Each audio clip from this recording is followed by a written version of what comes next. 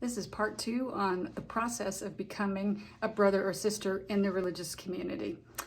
After someone becomes life professed, after 6 to 8 years of living in a religious community, you are committed to the community for life. You get a wedding ring, you get, in our community, you get a silver cross at first profession. The wedding ring is what sets you apart at your life profession because you are married to the community. That means that on holidays, the community is your first commitment. We become your immediate family. A lot of people have a hard time with that because they want to spend holidays with their family of origin.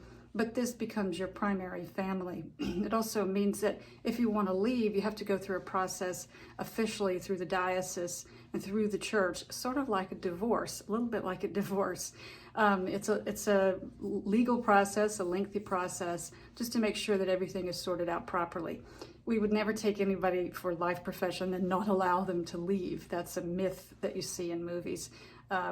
Anybody can leave at any time as long as we have a talk about it and see if your vocation can be salvaged and see if there's anything we can do to help you transition back into secular life. It happens all the time. Some of the requirements to be admitted to a religious community, our community has an age cap of 50. We also require all of the vocations to be debt-free, which is really tough for a lot of people, especially people who have student loan debt. But many communities, including ours, are looking at programs where people can come live with us as an alongside-er. They can work full-time, work off their school debt, and then apply to the community while living with us the whole time. And that's been very helpful for a lot of people. You also have to be unmarried. You have to have an official divorce if you were married.